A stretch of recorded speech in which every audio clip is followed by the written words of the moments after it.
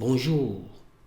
Vous avez découvert le transport des sédiments par charriage et en suspension dans les leçons précédentes. Observons maintenant tout cela sur des exemples concrets haïtiens.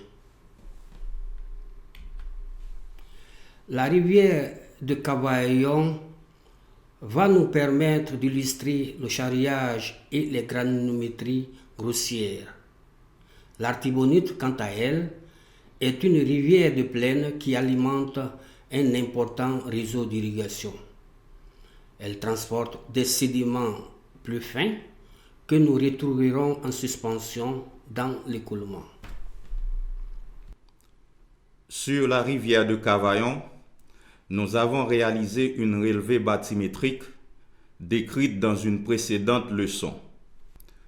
Ce relevé nous avait permis de tracer un profil en long de la rivière. Si nous reportons les différents points du Talweg, nous pouvons comparer ce profil à la forme d'exponentielle décroissante décrite précédemment. Intéressons-nous maintenant à la granulométrie de la rivière. La photo nous montre que nous avons plutôt affaire à des sédiments grossiers et des graviers. Nous pouvons dès lors utiliser une méthode simplifiée pour estimer la granulométrie au doigt de chaque section.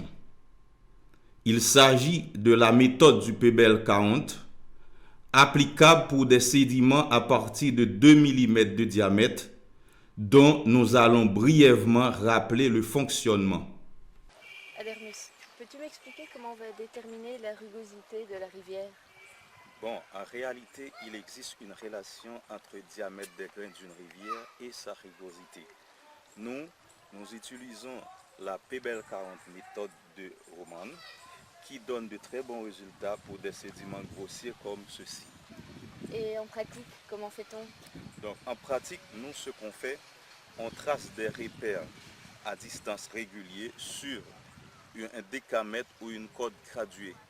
On mesure le diamètre moyen de chaque grain qui se trouve sur une graduation. Avec 100 échantillons prélevés à distance régulière, on peut établir le pourcentage de grains inférieur ou égal à un diamètre donné.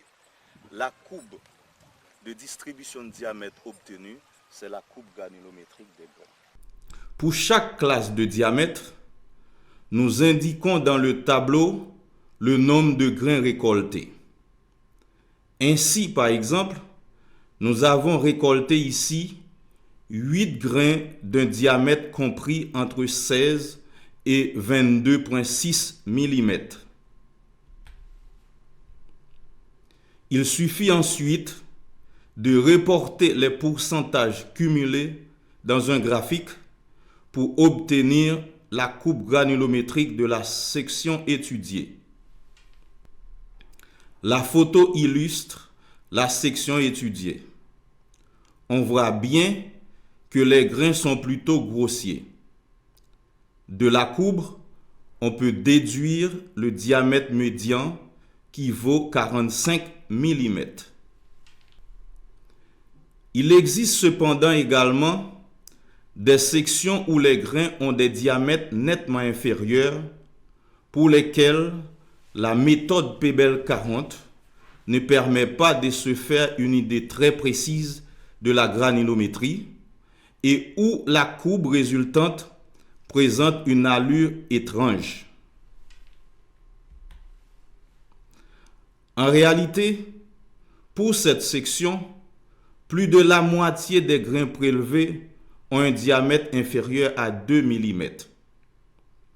Il faudrait donc une analyse plus précise aux moyennes tamis pour déterminer le vrai diamètre médian. Enfin, si on représente l'évolution du diamètre médian le long du Talweg, on voit que celui-ci est majoritairement compris entre 20 et 60 mm. Nous aurons donc bien un transport solide essentiellement par charriage. Quittons la région de Cavaillon et rendons-nous maintenant dans le nord du pays où se situent les plaines de l'Artibonite et le réseau d'irrigation construit à partir du barrage de Cano. Le professeur Gonomi a eu l'occasion de travailler en tant que consultant à la conception et à la réalisation du périmètre irrigué de l'Artibonite. Périmètre qui permet l'irrigation et les cultures sur une bonne partie des plaines avoisinantes. Pouvez-vous nous expliquer l'importance de ce périmètre? Oui, ce périmètre constitue aujourd'hui le grenier agricole des populations de la ville de Port-au-Prince. C'est environ 30 000 hectares de terre qui sont irrigués à partir de ces prélèvements sur les eaux de cette rivière. Nous sommes au barrage de Cano.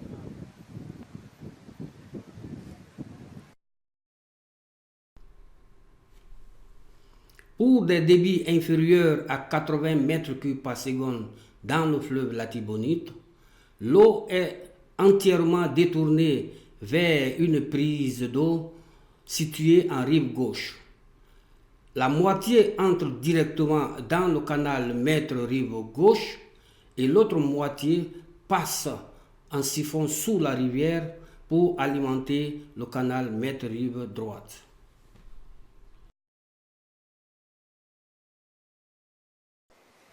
C'est justement sur le canal mètre rive gauche que Stéphane réalise ses mesures de concentration de sédiments en suspension. Allons visiter sa station de mesure. Nous voici maintenant un peu en aval du barrage de Cano, là où je mesure la concentration de sédiments en suspension. Le canal avait à l'origine une section trapézoïdale et une pente constante d'1 pour 1000.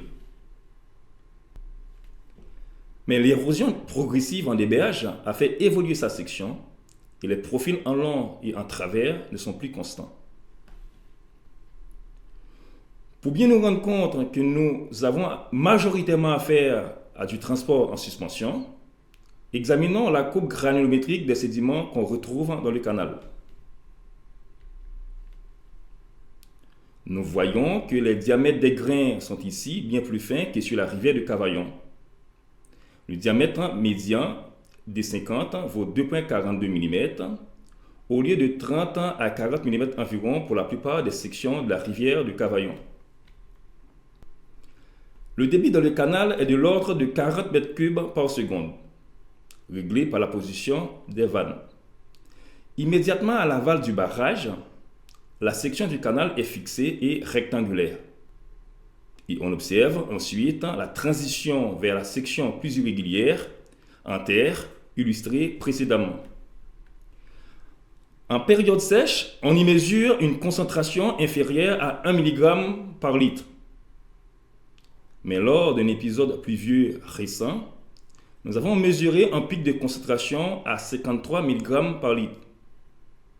Dans mon travail de recherche à l'ULB, j'aimerais pouvoir prédire ces concentrations et le lien entre celles-ci, le débit dans le canal et les apports des sous-bassins versants qui alimentent le fleuve en roche-l'eau, c'est-à-dire en sédiments tellement fins qu'ils ne se déposent pas. Nous avons observé le transport des sédiments dans ces deux cours d'eau haïtiens. Il nous faut maintenant essayer de quantifier tout cela en apprenant à déterminer la quantité de sédiments transportés par la rivière. Ce sera l'objectif des leçons suivantes.